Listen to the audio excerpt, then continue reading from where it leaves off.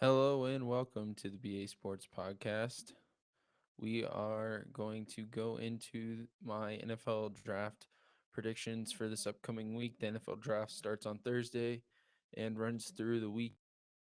Is going to be better drafts in recent years.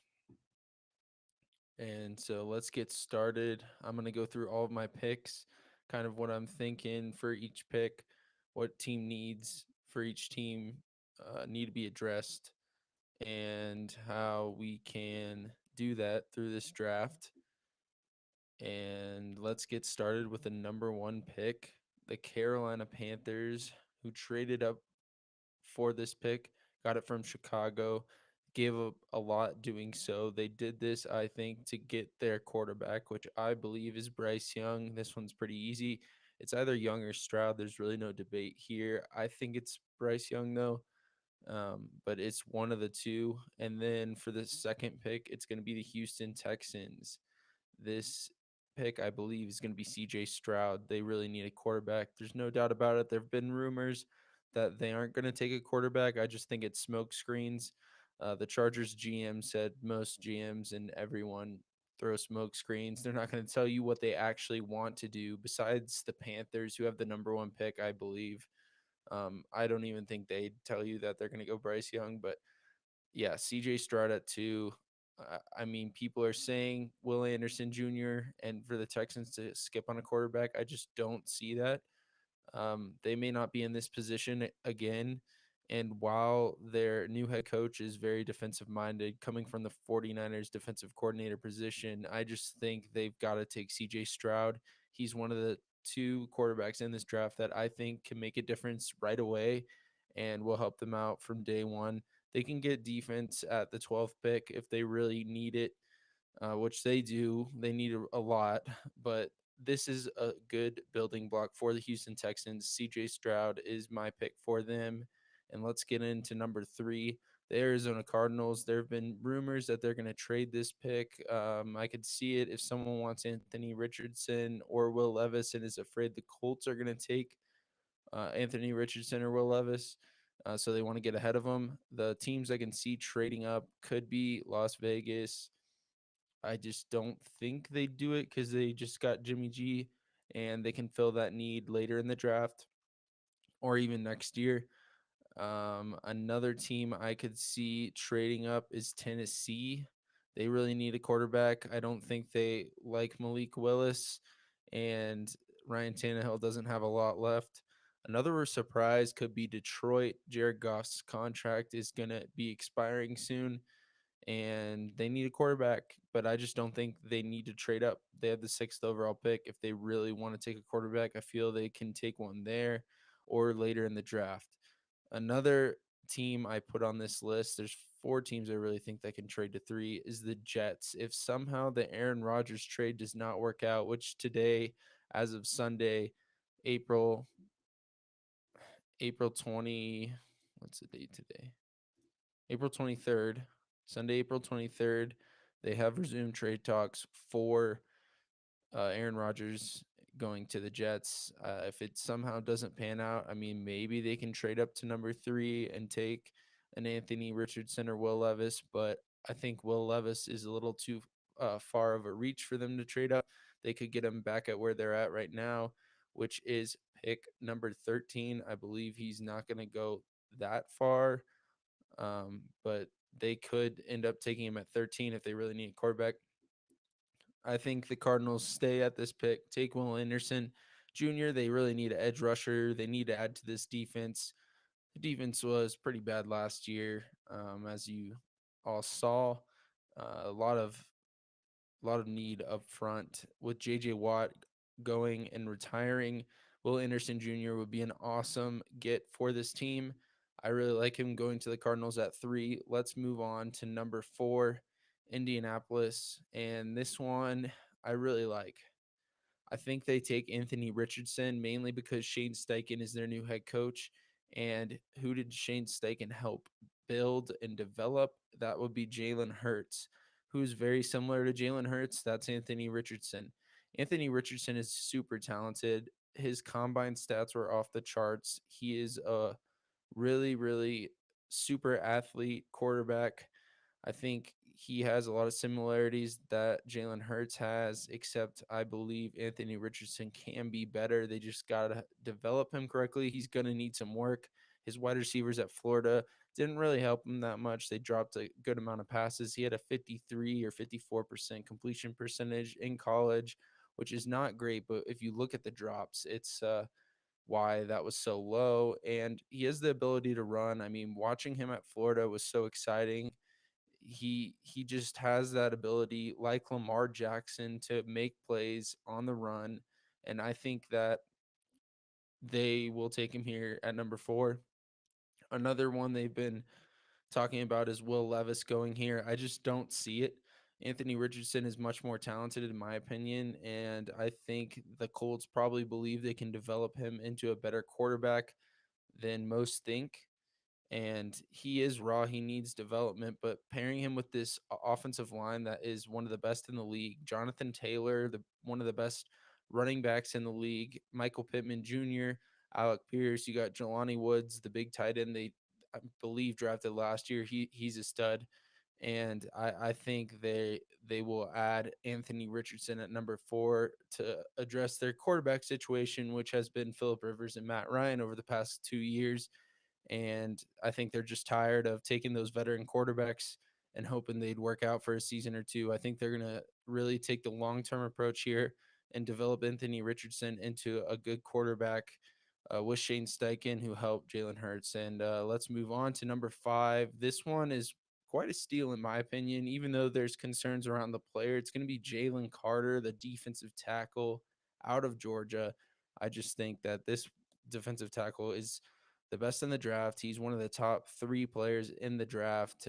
This is a steal for the Seahawks since the Bears traded out of 9 or traded down to 9, and that was really who everyone thought was going to take Jalen Carter until all of the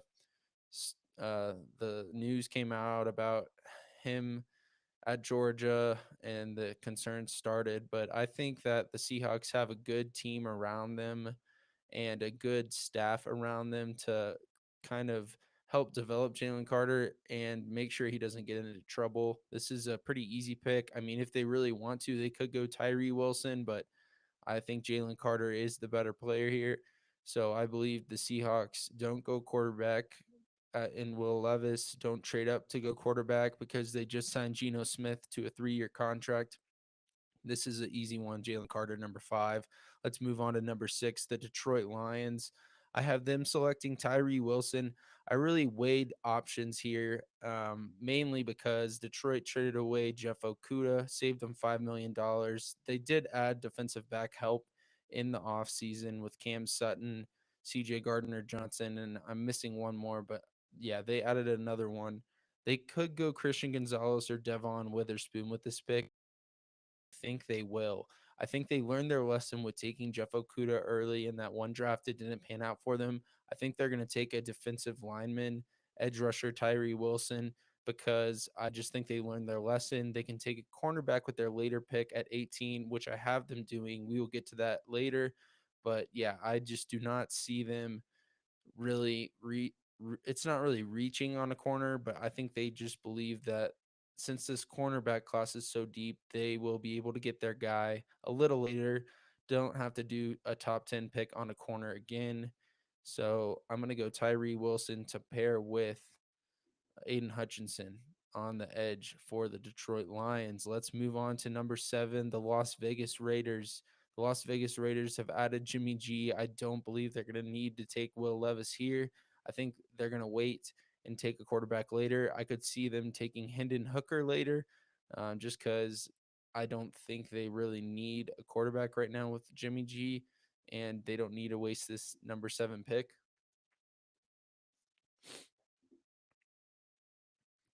So I have them taking Paris Johnson Jr. of Ohio State, the offensive tackle. They really need offensive line help really bad. I mean, they could go Christian Gonzalez or Devon Witherspoon right here, but I just don't think it's going to happen. I think they're going to take Paris Johnson Jr. and add to that O line, helping protect Jimmy G and helping block for Josh Jacobs. It's a tough call. They could go either way, but I think they add to this offensive line and help solidify it. So let's move on to the Atlanta Falcons at number 8. I have them taking the first cornerback off the board in Devon Witherspoon. I could see them taking Witherspoon or Gonzalez, but I think Witherspoon helps them a lot more. He's a little more physical.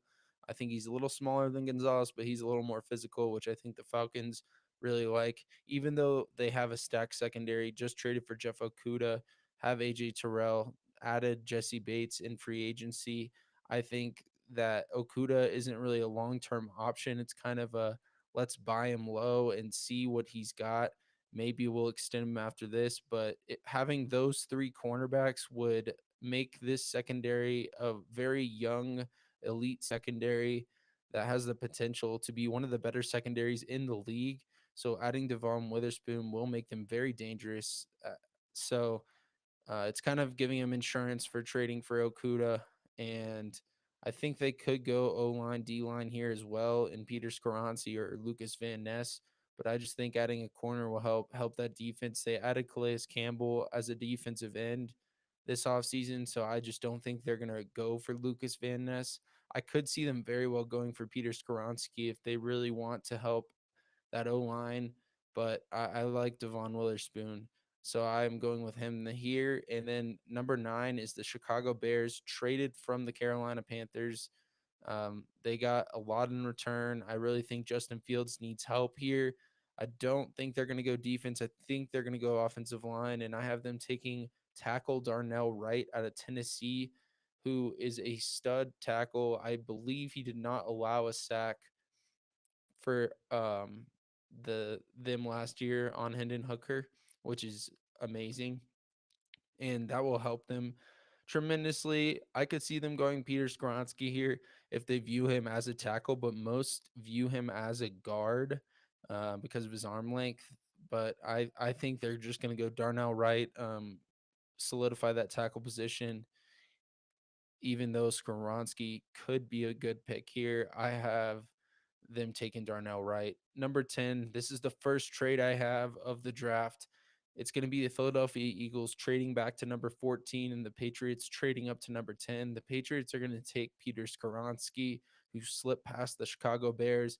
I believe the Patriots need to add to their O line, and this helps them tremendously. He has a versatility. I know Bill Belichick likes that. He can move, tackle, guard, whatever they need. I think he can give it to him. So that's why I have them trading up for Peter Skoronski and the Eagles trading back because I believe they can get their guy at 14 without having 11, 12, or 13 pick this guy.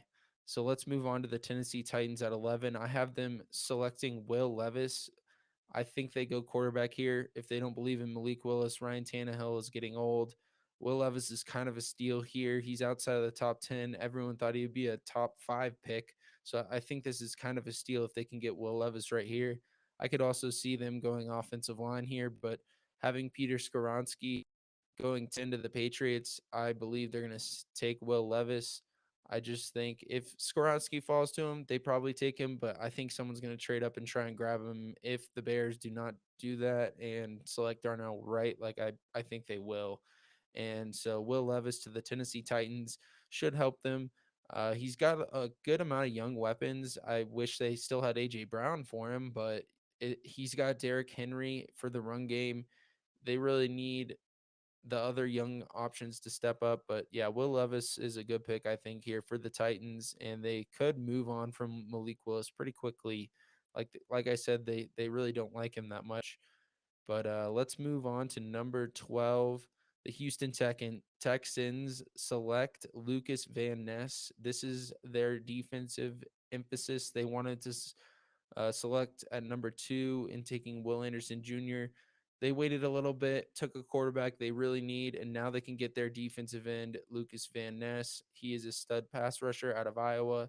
And the head coach, like I said, he really wants defensive emphasis, I believe, coming from the San Francisco 49ers, where he was the D coordinator. I think that the Texans will select Lucas Van Ness at 12. Number 13, the New York Jets. This is going to be another offensive tackle, Broderick Jones. Do they get protection for Aaron Rodgers? Do they even get Aaron Rodgers? We will see, but they do need an O lineman and an offensive tackle, especially. So I think they get one here and get Broderick Jones, solidify that O line a little more for Aaron Rodgers if he does indeed come, or for whoever is the quarterback next year.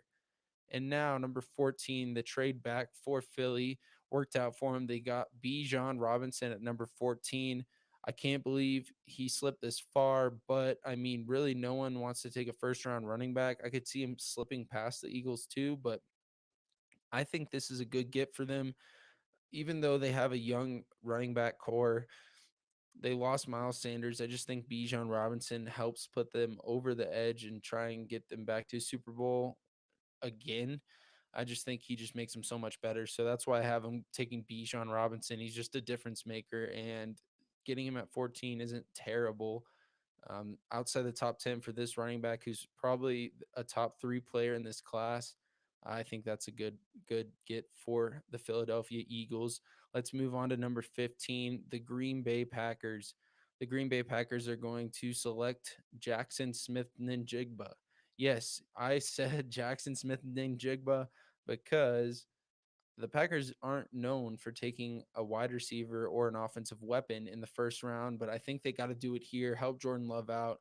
They've already got Christian Watson, Romeo Dobbs, and I think you add another one in Jackson Smith and then Jigba, and that gives you a solid 3 wide receiver, young core that can help develop Jordan Love. And yeah, I just think this is a good pick for them. I could also see him taking Dalton Kincaid, but Jackson Smith and Jigba falling to 15. I feel like they have to select him. I could also see JSN going to the Houston Texans at 12, but I just didn't see them passing on Lucas Van Ness, so that's why I selected him there. Let's move on to number 16, the Washington Commanders, who really are in need of a defensive back. And this is a steal. I can't believe he slid this far. I was going to have him as the first corner off the board. After digging into it a little more, I have him going here, the number 2 corner off the board, Christian Gonzalez out of Oregon. They really need a secondary, especially in this division with CeeDee Lamb, AJ Brown, Devontae Smith, now Brandon Cooks, and then who knows who the Giants get in this draft. Maybe, I'm not sure, but the Giants have a sneaky young wide receiver core on the up and up, and I just think, I mean, in order to contend in this division, you're going to need a cornerback like Christian Gonzalez. And that's why I have the Washington Commanders selecting him here. I could see them going safety Brian Branch, but I don't believe they're going to take him that early. I think Christian Gonzalez is the better player. And so that's who I have them taking. Let's move on to 17, the Pittsburgh Steelers, Joey Porter Jr. I have them taking another cornerback. This is back-to-back cornerbacks. And I just think they're going to add to that secondary, help them out. I could see him adding O line to help protect Kenny Pickett, but I don't think they're going to do that. I think they're going to go Joey Porter Jr. And that's why I have him at 17. At 18, the Detroit Lions are back on the clock, and I have them selecting Deontay Banks, cornerback out of Maryland. This is their corner that they wanted, I believe. They got their stud pass rusher and Tyree Wilson. Keep adding to this defense that really needs help, especially after losing Jeff Okuda. But I think from their free agent additions and in the offseason, they don't need a running back. They don't need a wide receiver, even though Jameson Williams is suspended for the first 6 games of the season. I think that they can address that wide receiver need later in the draft. They go Deontay Banks here, adding to their secondary, and the corner class is deep, which is why I had them waiting until 18 to select a corner rather than going with their top 6 pick for a cornerback. Like I said, I think they learned their lesson. So let's move on to the Tampa Bay Buccaneers at 19. I have them selecting Georgia defensive end edge rusher Nolan Smith. And I think that he's just going to help them tremendously off the edge. I also could see them adding to the secondary and Brian Branch, but I think they're going to go edge rusher here and let Brian Branch fall a little more.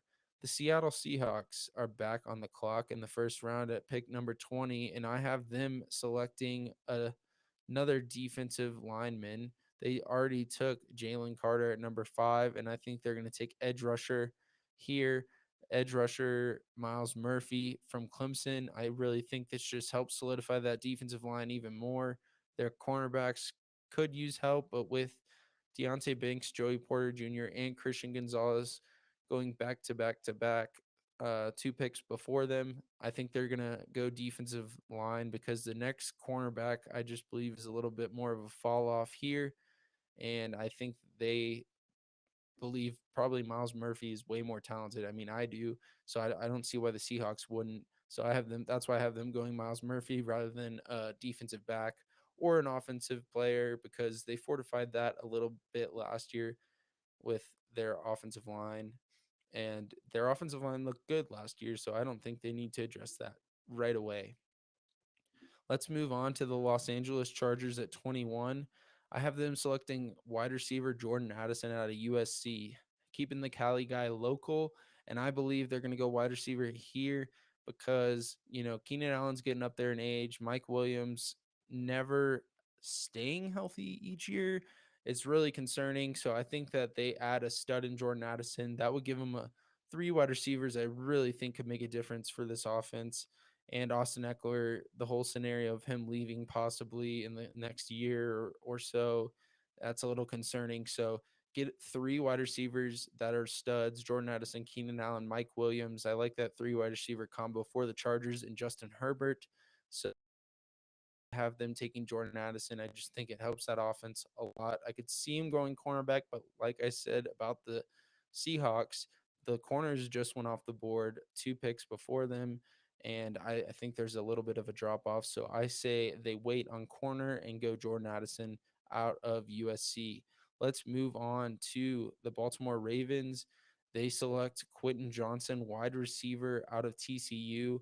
The Ravens really could get better in the secondary, but like I said about the 2 previous picks, I saw those 3 corners go off the board, and I just believe that they think the talent at wide receiver at this point in the first round is pretty high with Quentin Johnson being available. He's a top 3 wide receiver in this draft, and I think that they want him because they have Odell, they have Rashad Bateman, and then adding Quentin Johnson will just help alongside Mark Andrews at tight end. But I think that this will help them tremendously, adding to their wide receivers, helping Lamar. This is a good get for them. And this is the run on wide receivers. We had a run on cornerbacks for 3 straight picks. This is the run on wide receivers for 3 straight picks. The Vikings are going to go wide receiver at 23 with Zay Flowers. Justin Jefferson is going to be the wide receiver 1 in this offense. Adam Thielen got shipped to the Panthers in Carolina. And so that leaves Osborne as the wide receiver 2. I think Osborne can play on the outside along with Justin Jefferson, but they have the ability to move them around. I think Zay Flowers provides a good guy in the slot. He's a really talented wide receiver and top 5 wide receiver in this draft. And I just think with the loss of Thielen and how much Thielen played a part in this offense, I think they've got to add Zay Flowers. And I think that's a good draft pick for them, especially at 23. I could see Zay Flowers falling or not falling, rising a little higher than this, but I think that he falls here to Minnesota and they take him. Let's go on to the Jacksonville Jaguars at 24. I believe the Jaguars are going to draft an O lineman. I think their defense is pretty solid. Their defense looked really good last year. I think they need to add a guard to their offensive line, and that is O'Cyrus Torrence, who I really wanted the Cowboys to draft, but I just couldn't see him falling that far with the Jaguars in front of the Cowboys. So O'Cyrus Torrence it is, and that is the Jacksonville Jaguars at 24. He's a Florida offensive lineman. This kid is a stud. He is a mean run blocker, and I think I've heard comments that I think he really likes this system and the scheme that they run, so that really helps. The thing is, I think he played right guard at Florida, so he's going to have to move to the left because the Jags signed their right guard, I believe, last year to a longer contract. So moving him to left guard, I don't think really would affect him that much. I think he can move over there and help them out immediately. Let's move on to the Giants at 25. This is the second trade I have of the draft. The Giants are going to trade back to the 27th pick, and the Bills are going to trade up to the 25th pick.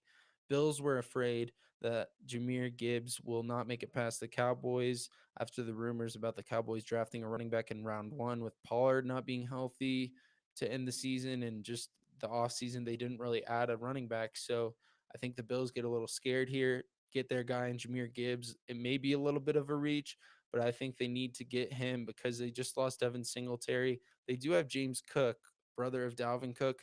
So they if they feel comfortable with him, I believe they don't trade up, but I think they're just going to try and get that 1-2 duo.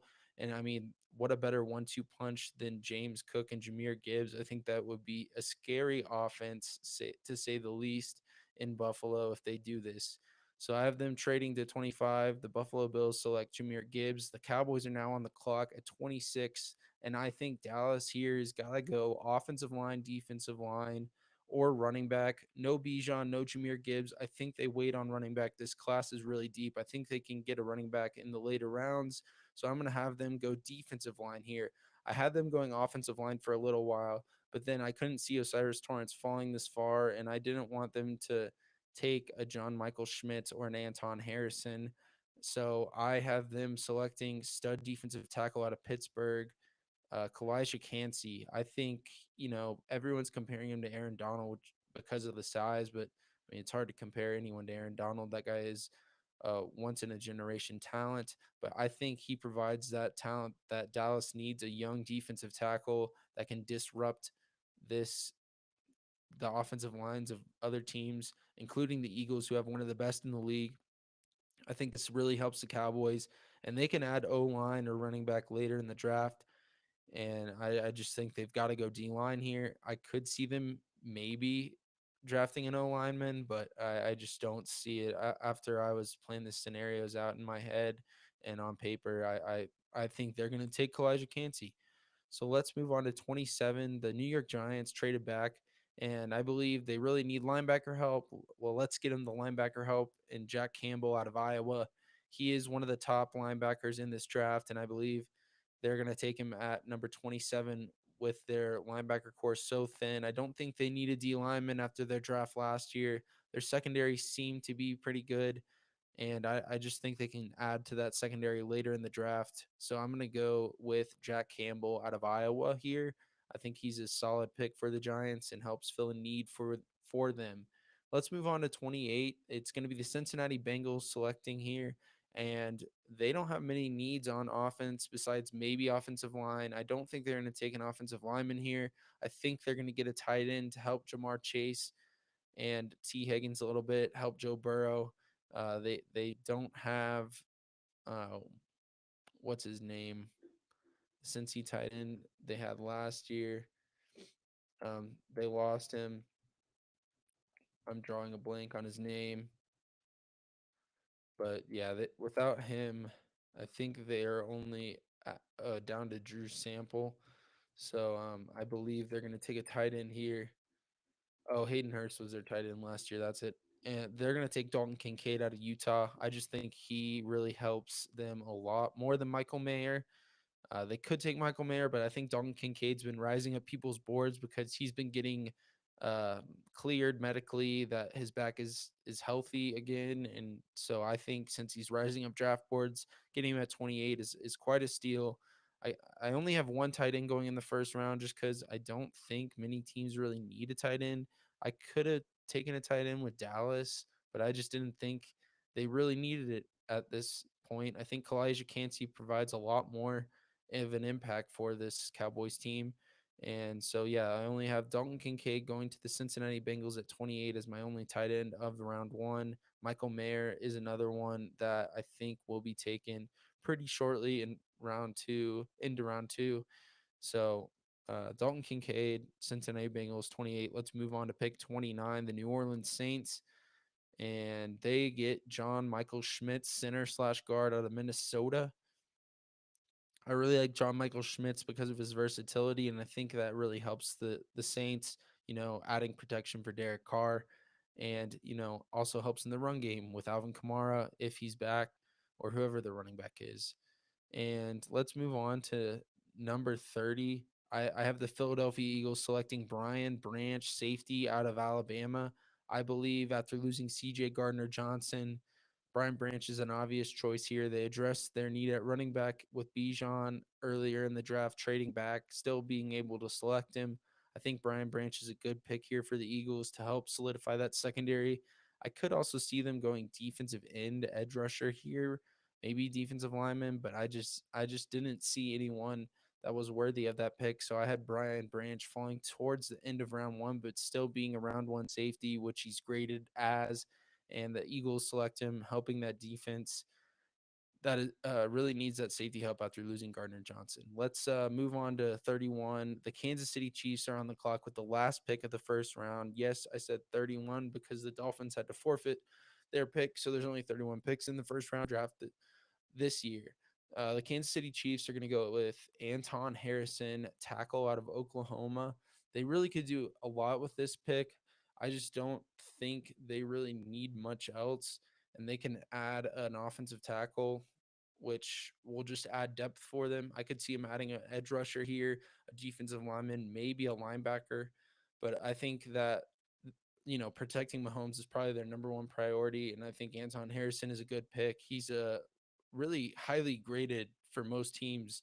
I heard a rumor that he could be like one of the top tackles. So if he somehow falls to the Chiefs at 31 after all the other tackles went off the board, I think that's a steal for Kansas City.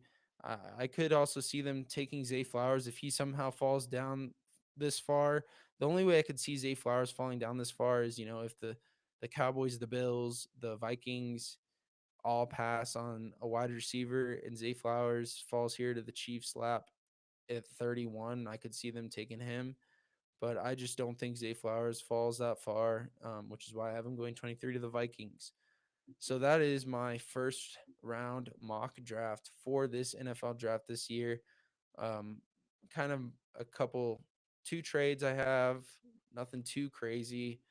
I think, a couple things that could happen is Hendon Hooker could go in round one, and someone could trade in from round two to round one for Hooker.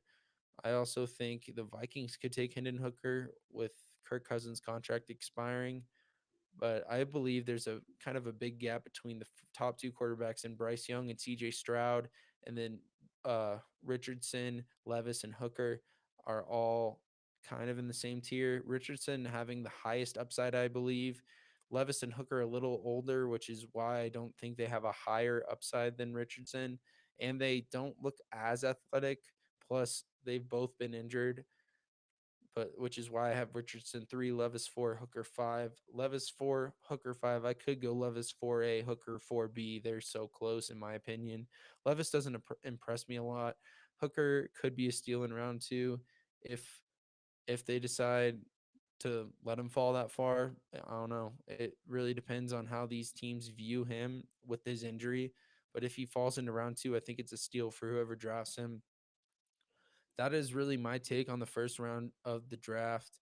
I believe that all these teams filled their needs really well with the draft I put together, and I'm going to be releasing it on my Twitter so you can see a visual representation of it. It doesn't let me do the trades, but I have the order correct, so I will post that on Twitter and on Instagram. You can find me there at BA Sports Podcast. And I really appreciate you listening to this podcast covering the NFL draft. I'm going to release an episode after the NFL draft is complete on how everything in the draft is going to affect fantasy next year, and maybe even do a little fantasy preview for next year with wherever Bijan Robinson goes. He's going to be the biggest impact. Jahmyr Gibbs could have a big impact. Maybe even these QBs in Stroud and Bryce Young, depending on who they get at their wide receiver positions, and seeing who the Bears add, because Justin Fields was a breakout last year. I think he's going to keep going if they add protection for him, and which is what I have them doing. So yeah, I will preview fantasy pretty early after the draft and see how it really shakes up the field for fantasy football. Thank you for listening and have a great day. This is the BA Sports Podcast. Thank you.